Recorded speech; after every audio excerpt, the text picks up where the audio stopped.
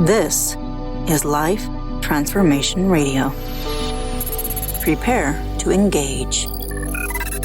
Seatbelt activated. Download initiated. Your quantum journey of transformation begins in 3, 2, 1.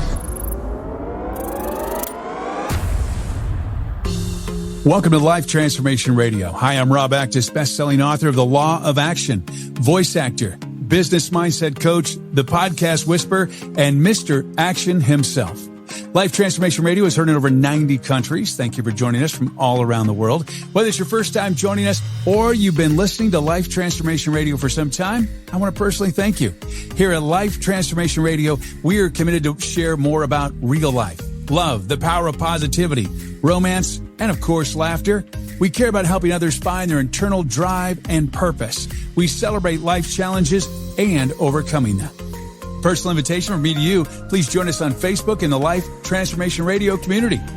On the show, my guests are amazing people who are forces for good in the world around them and live a life of transformation. My guest today does just that. Today, Martin Sawa and I discuss how to balance the demands of your career with your mental well-being, something that's very important if you want to find your inspirational story in both success and personal growth so you understand more of the lessons we can learn from life. This is the show for you. Martin's career spanned over 30 years as a commercial real estate broker, operator, and then developer. He negotiated numerous high-profile transactions in San Francisco and Los Angeles, culminating in a $400 million development project.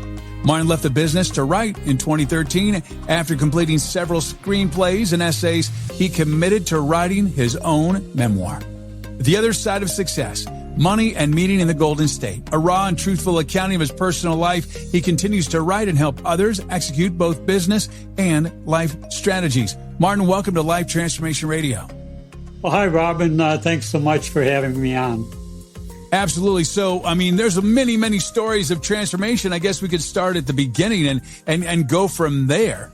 My beginning actually started in Ukraine, where my parents were born and lived during the years before and during the Second World War. They lived under Hitler and Stalin, and it doesn't get much worse than that. So they emigrated to the U.S. 4 years after the war ended. They had to live in a displaced persons camp in Austria. And that's actually where I was conceived, but birthed on U.S. soil.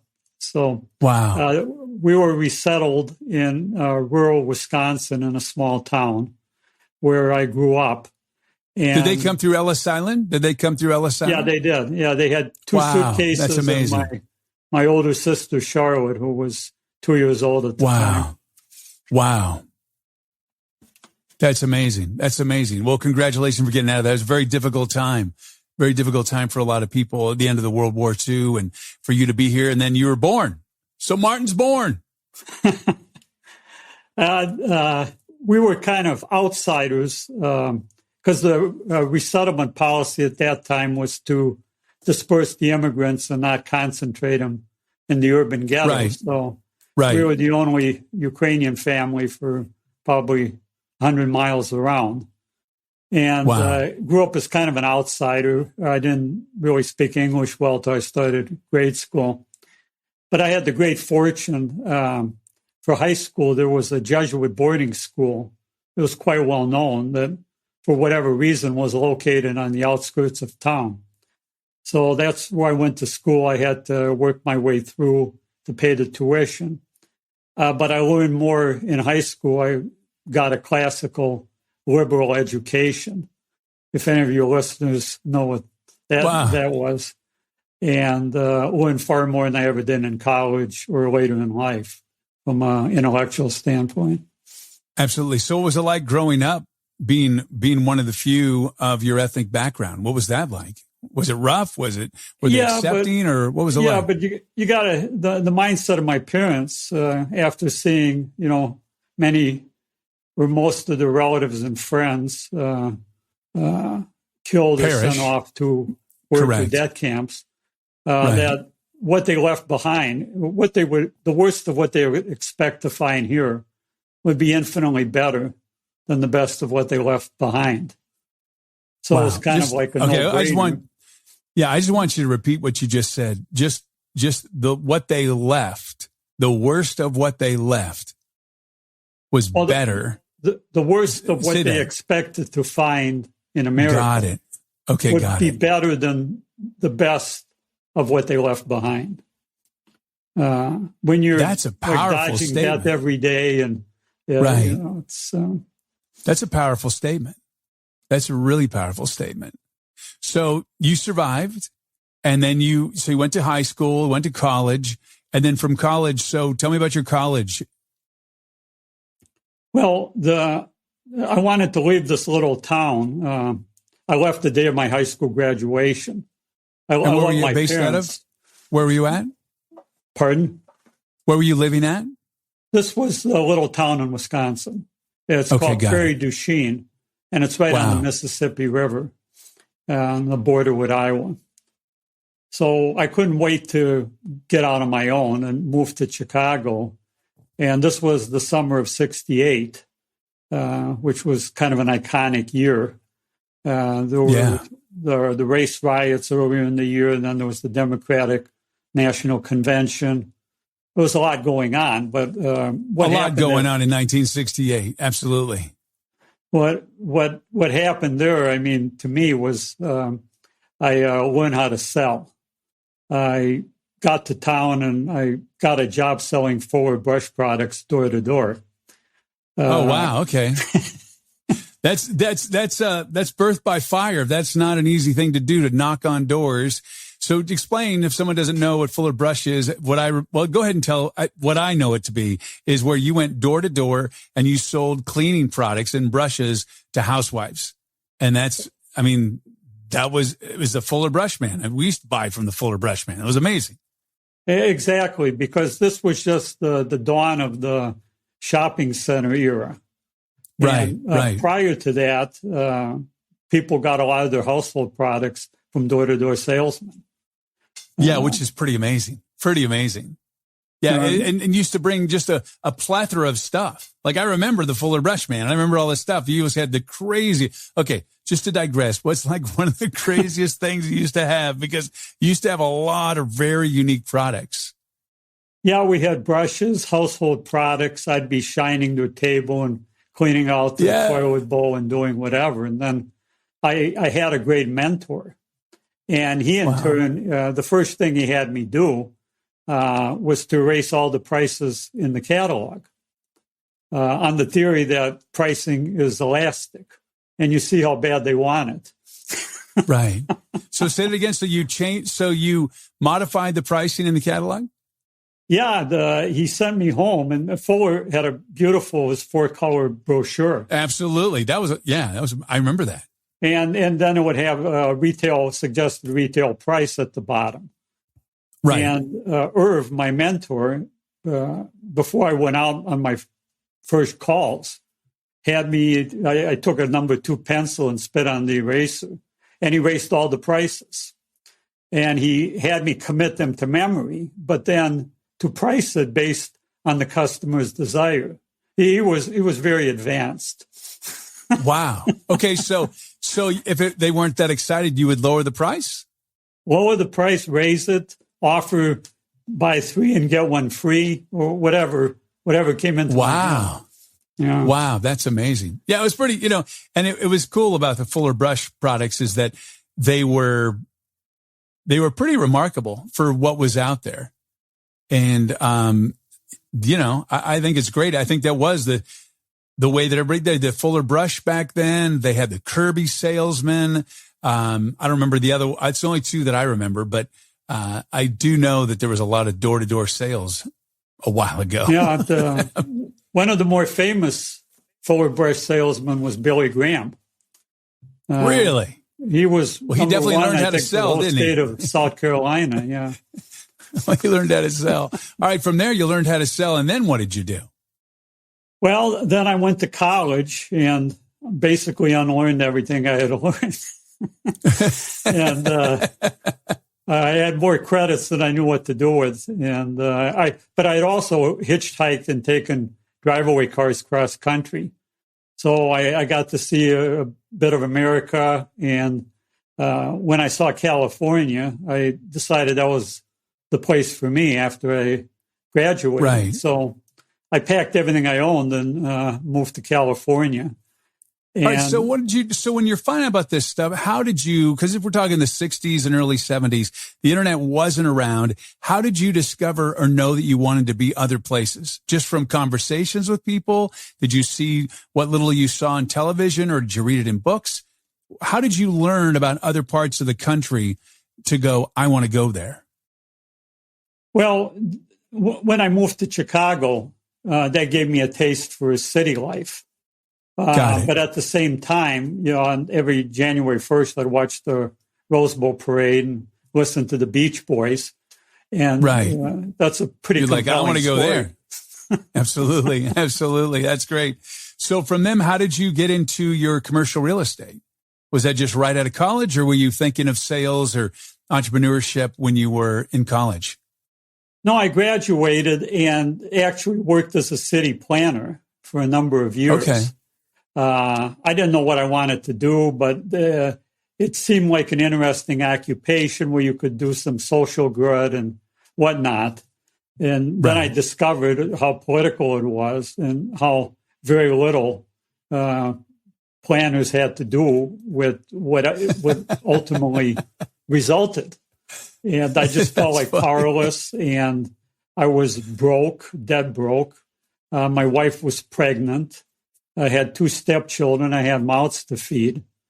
And one day I was at the zoning counter, and this developer came in. And, he's like a silver fox with big gold medallion. The medallion was probably like 2 months' salary for me. And he's yelling at me to get his project processed. And I just said, this is crazy. And I was almost 30. And I said, I can't do this anymore. And I walked away. I just walked away, and I said, I'm never going back to a real job again in my life. Wow. So you just got fed up with him, or you started working with him? No, I got fed up with the situation. Again, I wasn't making any money. And even back then, this was I was working in San Jose, but living in Oakland. And so I had a 40-mile commute on top of that. Wow, and, 40 miles a lot. Yeah, and the cost of living, even then, was exorbitant in the Bay Area. So I said I wasn't going to live in poverty, and I didn't know what I was going to do, but I said I wasn't going to do that. Right. My wife didn't think too much of my decision, by the way. And so how did you transition from there? So when did you start with the real estate? Well, I came home, and I channeled my mentor, Irv, from Fuller Brush days. And I said, I knew I could sell. Right. Because in the span of that summer, I became the #1 part-time salesman kind of for the region. So I knew I could do it. And the only question was, what was I going to sell? And I looked around and saw that commercial real estate, particularly the mega deals, the high-rise office buildings, shopping malls, technology park, were the biggest value assets out there. So I reasoned they had to pay the biggest commissions. So why not do that? It wasn't for any passion for the business. It was born out of necessity. So go big or go home. So you could sell home real estate, but you're like, I'm going to sell commercial real estate. Yeah, my mind wasn't too into residentials, too right brain, too emotional. Whereas commercial, it's more analytical, and generally you're dealing with numbers. It's just numbers. Parties and it's just numbers. Yeah. And you became very successful in that. And then, so you're a broker, so you sales, then broker. And then what's the definition of operator? What does that mean? Well, I call it an operator. It's basically where you buy big deals with other people's money. You're the managing partner, the general partner of whatever entity you form. And if you decide I want to buy an office building or portfolio or whatever, then you align yourself with the right capital. And sometimes that's a single source institutional investor. Sometimes you put a syndicate together, private investors, whatever the situation calls for. Now, was all this self-taught? Was this self-taught from being in the industry? And you're just like, well, I see other people doing it, because imagine if you're a real estate broker, you're seeing deals being put together. You're seeing the inner workings of the deals, and that's kind of how you learned. Is that how you learned? Exactly. It was like every reinvention is, well, what should I do now? Well, that looks interesting. Right. Right. I had been a broker for almost 20 years and was at the top of my game, and quit right at the top of my game, and people thought I was crazy. Wow. So, yeah. So you all of a sudden you just decided you're going to be a writer? Well, I went through one more reinvention. A lot. By the way, the book is not, it's part business bio, but it's also part of it is a raw accounting of my personal life. And that was the much harder part to write. Because before I even started, I said, just doing a memoir is kind of narcissistic, and the business bio has been done well by so many. Right. But you never really learn about the person. You learn about them in terms of their struggles and their business and that, but not the really interesting stuff. But you wrote screenplays before that, and you wrote essays. So I became a developer after the operator, and that's conceptualizing new ground up projects. So it's a very creative process. It's like, I analogize it to directing a tentpole movie. Bring all these participants in, and it takes many years. And if you do well, you'll get it built, and they will come. Right. If you don't, absolutely, then they won't. So right. So did any of your screenplays see the light of day, or are they still? No, I didn't try to market them. I was fortunate at this time. I was living in Los Angeles. And I took classes at UCLA Film School, and then from individual who gave private classes. Probably one of the best teachers I ever had. And he was commercially successful, but knew how to communicate, the practice. So I started out, I didn't know, again, what I was going to do. But it wasn't going to be in the world of business. I kind of had done that.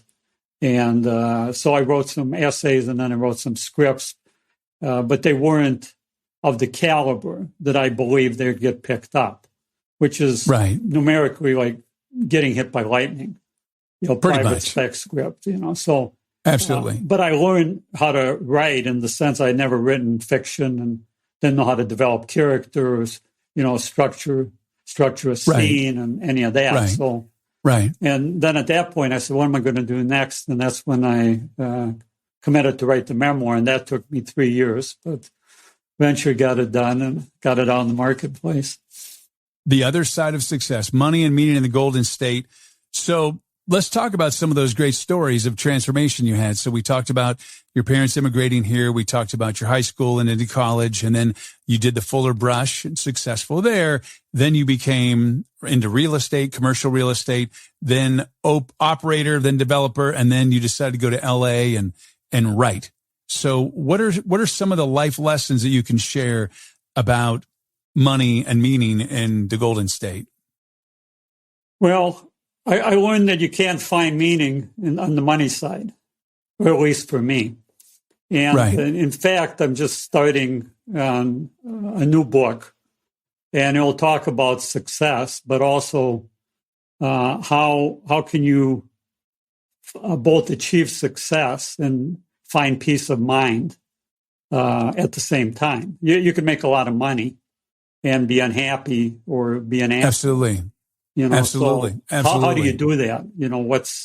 And it's in my private life, frankly, in terms of the situations and characters, was more interesting than my business life. And that's where I found meaning. And I found out about a lot of things I wouldn't have otherwise, except that my kind of curiosity would take me places And the most critical lesson, I think, of the book is that you have to put skin in the game, whether it's in business or in life. If you risk very little, if you have no downside risk for making the wrong decision, if you don't learn from that, then you're not going to really achieve success.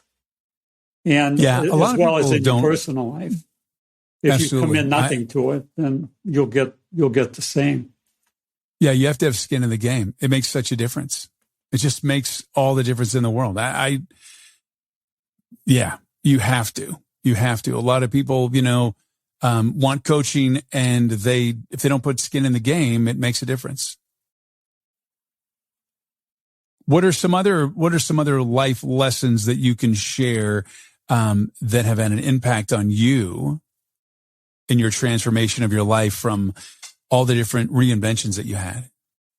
Well, I think my intimate relationship in my family life has been a huge factor. When I moved to California, the woman I married was Native American, and we divorced later, and then I remarried, and my second wife was African American. And the most compelling event in my life, she had become, as I was moving up the ladder, it wasn't without a cost. And I had problems with alcohol and a bunch of other things. And were it not for her firm guidance, she became my spiritual mentor and moral compass. Nice.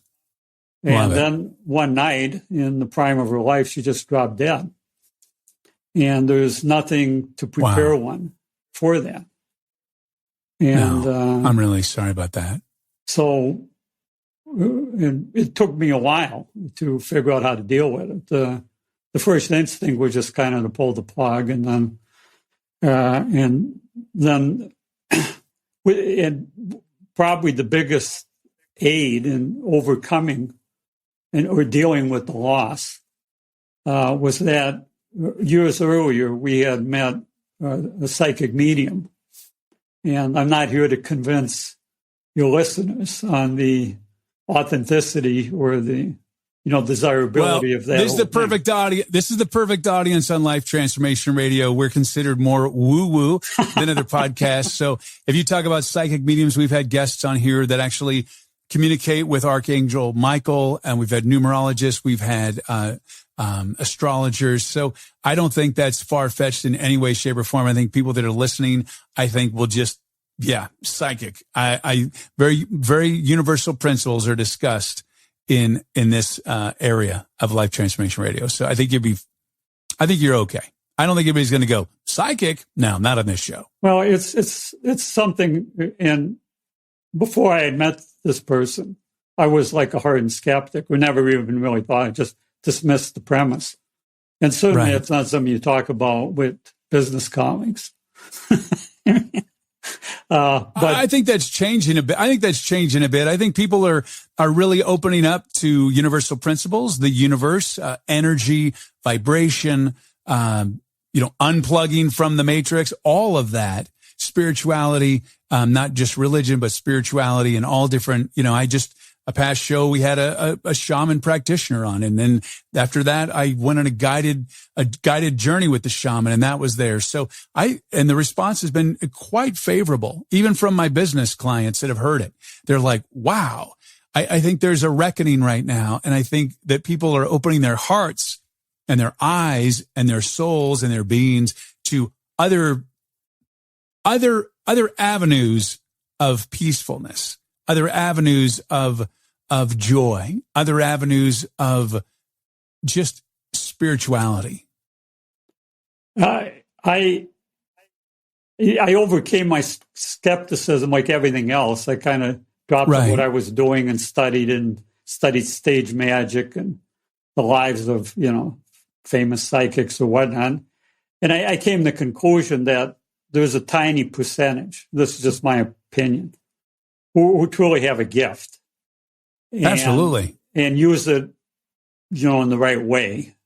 And however it's done, they can provide extremely valuable information through unexplainable means. And absolutely. I said, that's all I need to know. And if I know how to use it wisely, it's something else to help me get through life. So she was instrumental in reconnecting me with my wife who had passed. And I learned that love can survive physical death.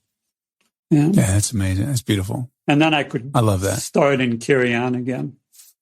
Right. Yeah, it is a transition, from one space to another space, and it's wonderful that you have that completion, and then you have a continuation with that transition. And then over time, I as part of this process, I studied other religions and eventually reverted to the Catholicism of my youth. I was an altar boy and kind of closed the circle later on. Right. That's after wonderful. After that, just lived my life in a different way. Now, what type of advice do you give others, or can you share of how you overcome life's challenges? What you do for your personal growth? I've always been very cautious about this. My second wife, she was, who I kind of imitated. She would never proselytize. It was always like, well, I'll tell you what my opinion is, but that's me. You have to figure it out for yourself. Right. And people would be calling her for advice and coming over. And so that's the kind of way I approach it. I'm not here to sell you anything. If I wanted to, even though you're a great seller, it's funny. But it's here are some principles that work for me.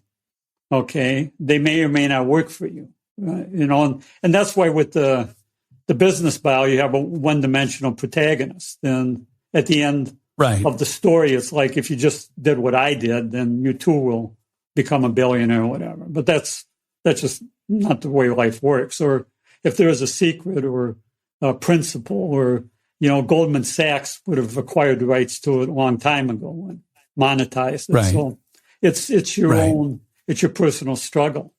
But there are ways that you can shortcut the process, but they come at a cost, and you're not going to reach the highest heights without putting skin in the game. And it's proportional to how much you risk.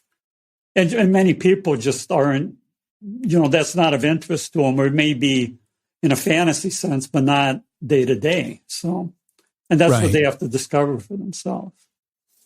How do you find balance in your life? And this is something I'm giving great thought to right now, because the way I approached it, I compartmentalized. I said, okay, here's my time at work, which was consuming.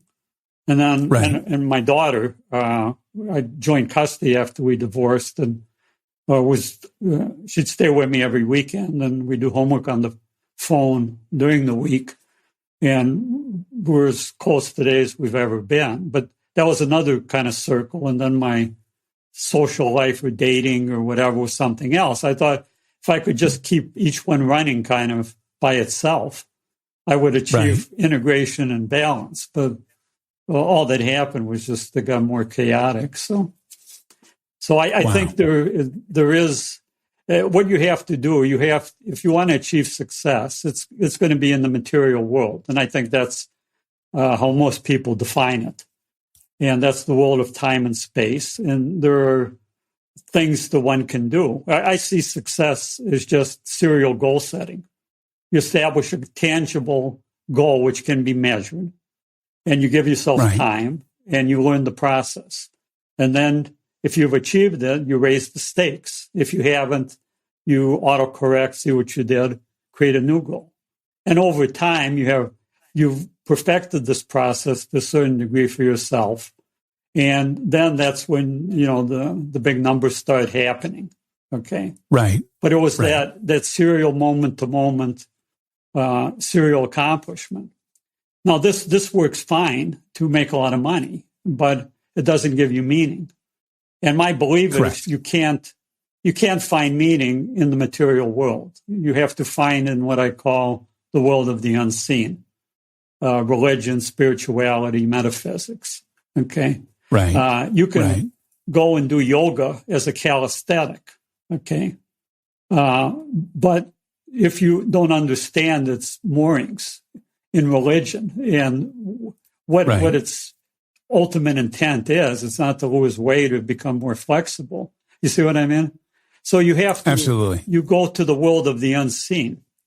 And if people are willing to do that, then I say, the first question I have is, what do you believe to be true? Okay. And they say, well, what do you mean? I said, from the top down. Do you believe that life starts at zero and ends at zero? If you do, then you're going to live your life in a very specific way. Or to be true to yourself, you're going to live in a very specific way. And that may well be to have the highest net worth possible on the day you die, or whatever, you see. But if you don't believe that, then what is it that you believe? Do you believe all these images that you see on your gadget or on your screen? Do you believe that to be true? And so on down the line. And once you establish a personal worldview, then it's a matter of acting in accord or in alignment with what you're doing to achieve success in the material world, and constantly, daily, correcting yourself. And sometimes you're not going to do things that will provide the greatest immediate financial benefit because they go against your core values. And then you have a choice to make. Right. But I think it's a process, something like that. Yeah, you do have to look at yourself in the mirror, and is the juice worth the squeeze? Monetary is great. A sense of well-being and peace inside your soul, to me, is worth a lot more than whatever car or whatever house or whatever trips you can take. That's just me.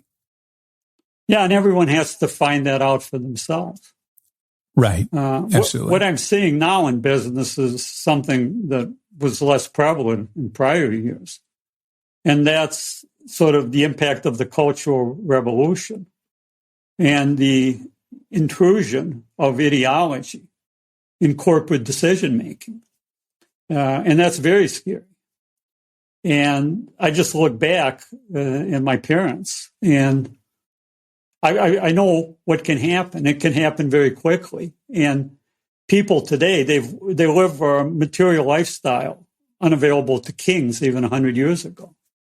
And they just believe that it's going to last forever. And as long as they're gratified, taking their selfies and doing whatever, then life is good. And they don't realize how quickly it can change. Well, I'm all about the people in my life. That's the most important thing. The connection with human beings, my tribe, my daughter, my wife. That's the most important things to me in this world. As someone who's had a few near-death experiences, and someone who's experienced my daughter having a near-death experience and surviving when we shouldn't have, puts a lot of things into perspective. I found that people who have experienced great loss, death, they're kind of different afterwards. They operate to the beat of a different drummer, I have to say. Absolutely. Well, I got to say, Martin, thank you so much for being here today. I really appreciate it. Well, thank you, Rob. I really enjoyed it. Absolutely. If you want to reach out to Martin, you can do it at his website. It's martinsawa.com. That's martinsawa.com. And I just once again want to thank you. What a joy. It's cool. I love it. I just from starting about the Fuller Brush and talking about the spirituality and psychics and just, the spirituality of yoga, super fun. So thanks for being here today. I really want to say thank you. Thanks. And thank you so much for your support and taking time out of your busy and precious day to listen to Life Transformation Radio. We so appreciate it. Thank you for allowing me, along with my very special guests, to touch your heart, move your soul, and inspire you to live a life of transformation. I'm Rob Actis. Until next time. This is Life Transformation Radio. Download complete.